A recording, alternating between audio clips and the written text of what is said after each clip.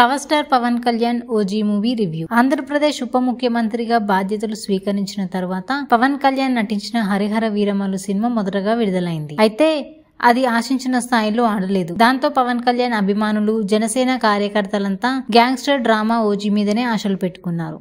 వాస్తవానికి హరిహర వీరమల్లు సినిమా కంటే కూడా మొదటి నుంచి ఓజీ మీదనే అందరికి అంచనాలు ఉన్నాయి. ఈ సినిమా కోసమే కొన్ని నెలలుగా ఎదురు చూస్తున్నారు. ఎటికేటర్లకు ఈ సినిమా జనం ముందుకు వచ్చింది. మరి యంగ్ డైరెక్టర్ సుజిత్ తో డివివి దానయ్య నిర్మించిన ఓజీ వారి అంచనాలకు తగ్గట్టుగా ఉందో లేదో తెలుసుకుందాం. నటీనటుల విషయానికి వస్తే పవన్ కళ్యాణ్ ఎంట్రీ కాస్త ఆలస్యంగా జరిగిన స్టోరీలో మిక్స్ చేసే విధానం ఫ్యాన్స్ ను ఆకట్టుకుంది. పవన్ కళ్యాణ్ తెర మీద కనిపించే ప్రతి సీన్ హైలో ఉండేలా జాగ్రత్తలు తీసుకున్నారు. దాంతో ఫ్యాన్స్ కు పూనకాలు రావడం ఖాయం. నాన్ షాక్ తో పవన్ కళ్యాణ్ చేసే ఫస్ట్ ఫైట్ చూస్తే కెరీర్ ప్రారంభంలో పవన్ చేసిన యాక్షన్ సీన్ గుర్తొస్తాయి. అలాగే క్లైమాక్స్ లో చేతిలోకి తీసుకున్న ఆయుధానికి జాన్ అని పేరు పెట్టడం కూడా ఫ్యాన్స్ కు గూస్ బంప్స్ తెప్పించేది. ఈ సినిమాలో పవన్ తర్వాత ఖచ్చితంగా మాట్లాడాల్సింది శ్రేయారెడ్డి గురించి. సత్యదాద కోడలిగా పౌరుషానికి ప్రతీక అన్నట్టుగా శ్రేయారెడ్డి గీత పాత్రను పోషించింది.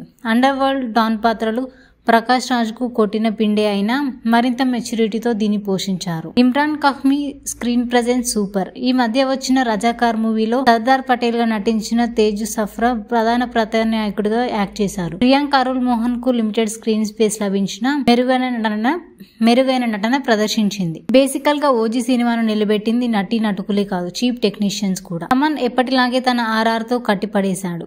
పవన్ కళ్యాణ్ తో తను వర్క్ చేసిన వకీల్ సాబ్, భీమ్లా నాయక్, బ్రో సినిమాలకు మించిపోయేలా నేపథ్య సంగీతం అందించాడు. రవి కే చంద్రన్, మనోజ్ పరమహంస బెస్ట్ సినిమాటోగ్రఫీ అందించారు.